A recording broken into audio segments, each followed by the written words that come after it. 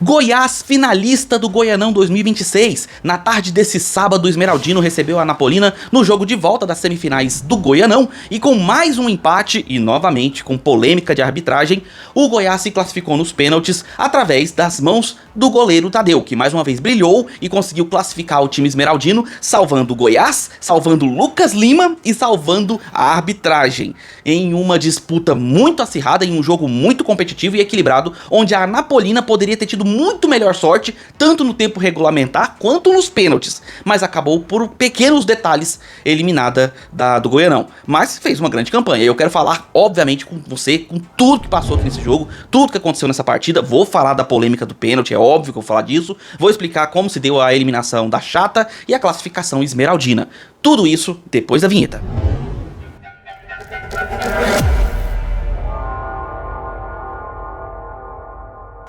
Fala aí, seus torcedores que fazem um jogo competitivo! Sejam bem-vindos ao canal, meu nome é Victor Gader. Já chega deixando o seu like agora no comecinho do vídeo pra você não esquecer e se inscreve no canal se você não é inscrito, também agora no comecinho, ajuda demais aqui o trabalho e facilita pra você não esquecer, deixando pro final. Também marca o sininho se você quer receber notificações quando sair vídeo novo aqui. E peço que compartilhe o vídeo, comenta no final dele deixando a sua opinião, eu quero a sua opinião, a sua análise, coloca aí nos comentários que eu leio e respondo todas. Clica no botão hypar, tudo aquilo que você já tá cansado e habituado aqui na plataforma, mas sério, é gratuito e ainda ajuda demais a gente a continuar fazendo o trabalho. Beleza? Sem delongas, escalações aqui na tela, começando a falar pela Chata, que no jogo passado teve uma situação bem positiva, vamos dizer assim.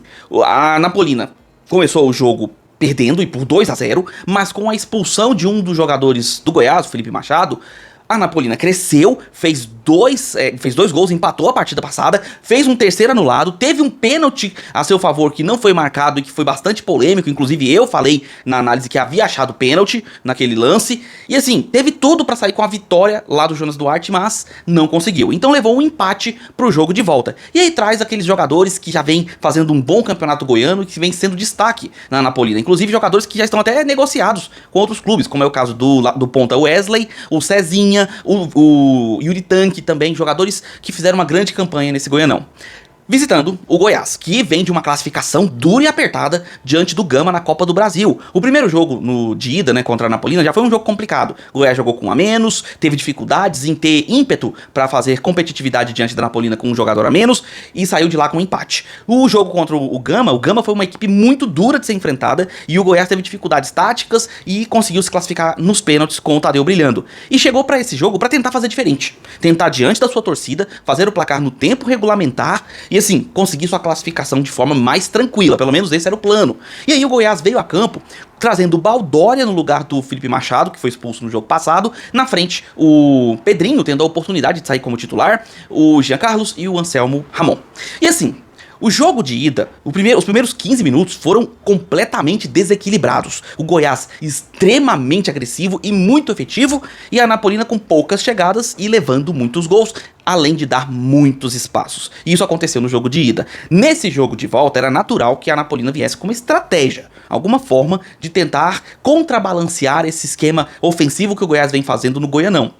Só que aí, vamos lá, começa o jogo, e até que a Anapolina começa bem. Os primeiros 20 minutos, a Anapolina consegue subir suas linhas, faz um esquema tático em 4-4-2 e em alguns momentos em 4-3-3 bem compacto e com saída em velocidade, e até cria chances claras de gol. Teve uma bola cruzada na área, inclusive, que foi perigosíssima, teve uma outra em que o Yuri Tanque ele perde uma chance clara que a Anapolina consegue com a bola lançada pelo lado direito, inclusive um belíssimo lançamento, e assim, duas chances reais de gol da Anapolina.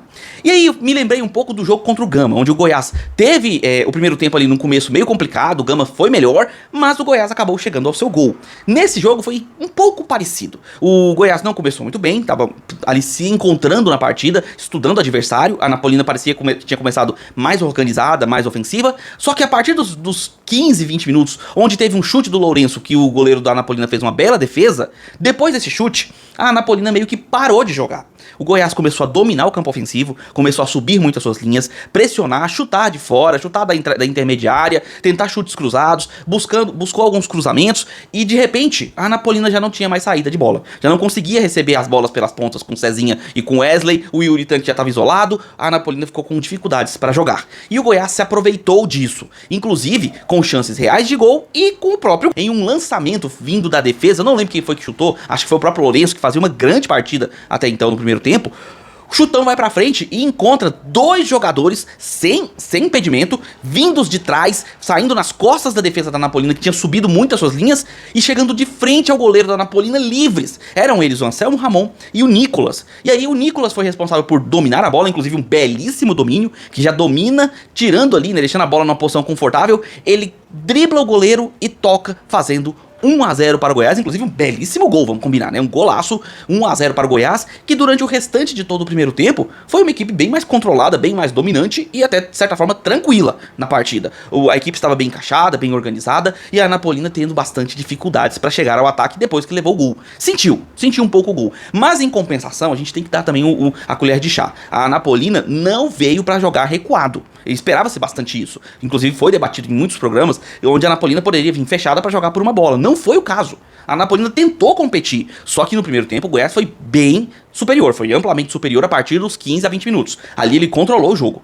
Só que aí veio o segundo tempo, e eu acredito, e aqui é uma opinião, tá? Não é uma análise com dados informativas, não, é uma opinião minha, que o Goiás sentiu o impacto de ter tido um jogo no meio de semana. Porque o segundo tempo começou e claramente o Goiás estava com uma certa fadiga física. Se via uma dificuldade do Goiás ter mais velocidade, ímpeto, pressão, como havia feito no primeiro tempo. Não estava conseguindo. Além disso, a bola aérea do Goiás estava sofrendo pra caramba. A Anapolina no segundo tempo veio com um certo ímpeto e com uma organização buscando as pontas e os cruzamentos e também trabalhando nas bolas paradas, onde criou chances reais de fazer o segundo gol. Aliás, perdão, fazer o primeiro gol, né? A Anapolina cruzou algumas bolas perigosas, teve 2 ou 3 cabeçadas perigosíssimas, teve defesaça do Tadeu em 2 oportunidades, assim, defesas em sequência, inclusive. O Tadeu, quando foi cobrado, quando foi exigido, seja na cabeçada em bola parada, seja em finalização, o Tadeu estava ali e estava garantindo o 0 do placar ali. A Anapolina criando, pressionando e o Goiás não conseguindo sair pro ataque. Só que dessa vez o Daniel Paulista mexeu cedo. Ele logo já tirou alguns jogadores, colocou o Lucas Lima, tirou o Brian, que havia começado o jogo, né, com a camisa do Goiás, inclusive, que tinha feito alguns bons momentos ali. Não foi um jogador que apareceu muito, mas teve alguns passes, alguns cruzamentos interessantes. Ele tira ele pra entrada do Lucas Lima, e aí também tira o Nicolas, que provavelmente sentiu alguma coisa, aparentemente sentiu alguma coisa, e aí muda um pouco a dinâmica. O Goiás começa a ter um pouco mais da bola pelo lado direito, começa a criar mais, só que ainda assim, criações pouco inspiradas. A única chance real que eu me lembro do segundo tempo que o Goiás teve foi um chute cruzado do Jean Carlos, que passa raspando a trave direita do goleiro da Anapolina. Fora isso, a Anapolina estava mais bem postada e era melhor no segundo tempo. E aí, nisso que a Anapolina chega mais na área, que a Anapolina aparece mais no ataque, nós temos o tão falado lance do pênalti. Vou deixar a imagem rolando aqui pra vocês. E o que aconteceu?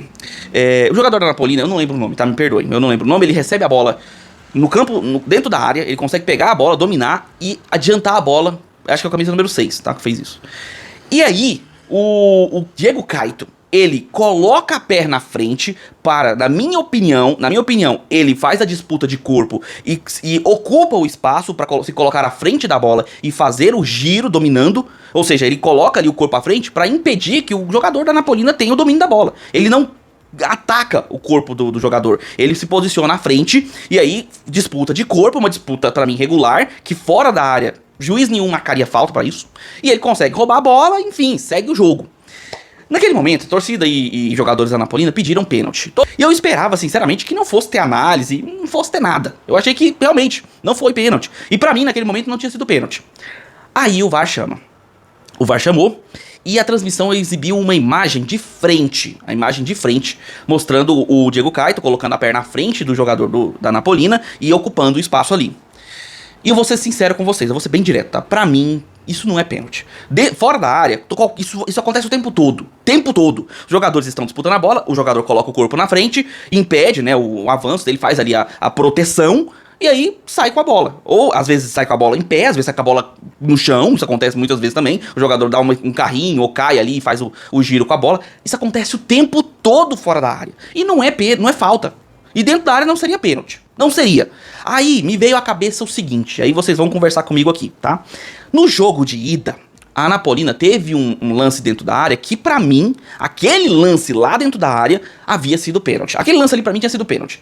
Só que aí, nesse jogo, contra o Goiás, eu não vi esse pênalti. Eu não vi que esse lance teria sido pênalti. É minha opinião. Claro que eu posso estar completamente enganado, estou longe de ser o dono da razão, estou dando uma opinião particular. Pra mim, nada. Sabe, segue o jogo. O Diego Caio fez um posicionamento de corpo completamente normal. Inclusive, fora, como eu falei, fora da área, muito comum pra você conseguir, né, dominar a bola, roubar a bola do adversário e seguir com o jogo. Ele cai por cima da perna do jogador da Anapolina, que já estava caindo. E aí isso acaba machucando ele mesmo, deve ter doído. Mas tá longe de ser falta. Isso aí é mais um contato de corpo regular que acontece todo o tempo fora da área e não é marcada a falta. Então assim, o VAR foi, chamou, o juiz olhou, e aí me lembrei desse pênalti do primeiro jogo. E aí fica aquela sensação, né? Aquela sensação. Não parece uma certa compensação? Porque no primeiro jogo, realmente, pra mim, aquele lance do primeiro jogo, pra mim, tinha sido pênalti. E aí, a arbitragem nem pro VAR foi. Nesse jogo, o VAR chama num lance bem mais simples, muito mais direto, muito mais claro de que não havia pênalti. E o juiz, mesmo assim, mesmo vendo no VAR, ele marcou o pênalti, que foi cobrado pelo Tanque e que deu empate pra Anapolina, 1-1, empate pra Anapolina porque ela levava o jogo para os pênaltis com esse placar. E no final do jogo, a trocação ficou franca, o Goiás ficou mais na posse do campo ofensivo, mas não conseguiu criar o suficiente pra ampliar o placar. E, claro, tivemos as entradas de alguns jogadores que não acrescentaram muito, como foi o caso, por exemplo, do Lucas Lima, que entrou e ficou socado pro lado direito e, pra mim, ele é desperdiçado quando fica naquela posição. Como ele já fez no esporte em alguns momentos, e que eu achava, assim, terrível, um posicionamento como meio que um ponta-direita, um meia-direita, ele é um meia centralizado. Quando ele tá pelo centro, ele consegue criar mais. Não foi o caso. E aí, enfim, o jogo foi para os pênaltis. E adivinha quem é que errou o primeiro pênalti nas cobranças? É claro que tinha que ser o jogador mais caro dos elencos, que é o Lucas Lima, óbvio. As cobranças começaram, Tadeu cobrou, fez e pá. E aí, na cobrança do Lucas Lima, ele cobra do lado direito do goleiro, o goleiro pula pro lado esquerdo, mas a bola vai pra fora. E naquele momento, o torcedor da Anapolina sentiu o gostinho da possível classificação pra final. O cobrador sequente da Anapolina fez o gol, então a Anapolina ficou à frente. Só que na sequência, quem cobrou pra Anapolina foi o Tanque, que já havia feito os gols, inclusive os 3 gols dessa semifinal. Os 2 do primeiro jogo e esse, né, do pênalti. E aí quando ele cobra... Ele cobrou aquele pênalti que o goleiro adora. Isso que o Tadeu, inclusive, já tinha cantado o lado de que ele estava indo pelo lado esquerdo. Ele podia ter se deslocado. Mas não, o Tanque caiu na dele e o Tadeu fez uma grande defesa, uma bela de uma defesa, inclusive, empatando as cobranças, né? Empatando ali as cobranças de pênalti. E aí o Goiás fez o gol e na sequência mais um jogador da Anapolina pra cobrança. E eu acho que, se não me engano, foi o Pacajus, posso estar enganado, tá? Não sei se foi o Pacajus. Mas ele cobra por cima do travessão. A bola vai longe.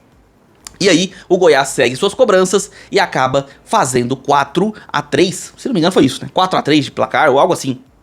Mas enfim, o Goiás avança para a final, se classifica em casa, um jogo que, em teoria, era para ter terminado no tempo regulamentar em 1-0, a Anapolina teve chances de verdade de empatar e até de ampliar, se tivesse feito os gols no tempo regulamentar com bola rolando, ela teve chances reais, cabeçadas livres dentro da área, defesaças do Tadeu, teve chances de verdade, competiu, a Anapolina fez um grande jogo. Fez uma semifinal digna, tanto o primeiro quanto o segundo jogo, né? Fez semifinais dignas e competitivas. E aí a gente tem que parabenizar de verdade a elenco, comissão técnica, o time da Anapolina pelos ótimos jogos que fizeram. Mas o Goiás, além de seguir invicto, ainda tem o Tadeu como seu goleiro, como seu guardador de meta, que de fato é o que tem feito. O Tadeu, que pra mim sempre foi um dos maiores goleiros, né, da atualidade aí no futebol goiano, pelo menos, e eu sempre o vi como um expoente no futebol nacional. Eu acho o Tadeu um grande goleiro. Ele pode ter seus problemas, o pessoal tem rusga, os rivais não gostam dele, e isso é totalmente justo,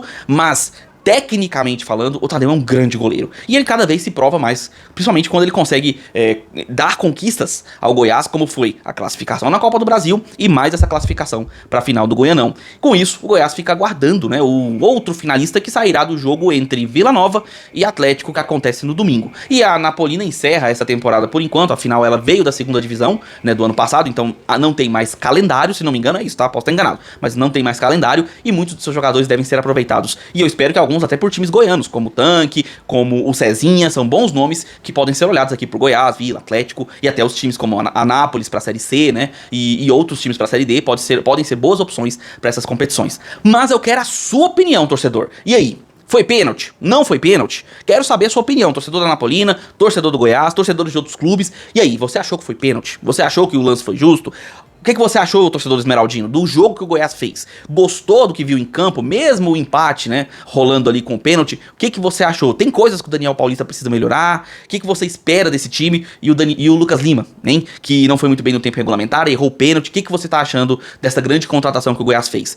Diz aí nos comentários a sua opinião. E você, torcedor da Napolina? Bom, acabou a temporada, em teoria, né? Pelo menos eu acredito que não tenha mais calendário, não me lembro de outros torneios que a Napolina vai disputar. Mas o que você achou da volta da chata para o Campeonato Goiano da primeira divisão? Chegou nas semifinais. O que você espera da Napolina para as próximas temporadas? Como vai ser essa intertemporada gigante aí, né? Até o ano que vem. O que você espera ver da chata daqui pra frente, após voltar para a primeira divisão e chegar numa semifinal? Coloca aí nos comentários a sua opinião também, torcedor da chata. A análise do jogo continua com seu comentário aqui embaixo, beleza? Então já deixa seu like, se inscreve no canal se você não é inscrito, marca o sininho para receber as notificações, compartilhe o vídeo com seus amigos, para que outros torcedores também recebam essa análise, assim como você. Olha, tem duas dicas aqui hoje, tá? Além de pedir para você clicar no Hypar quando aparecer para você, deixou o like, clica no Hypar, arrastou a descrição pro lado, clica no Hypar, beleza?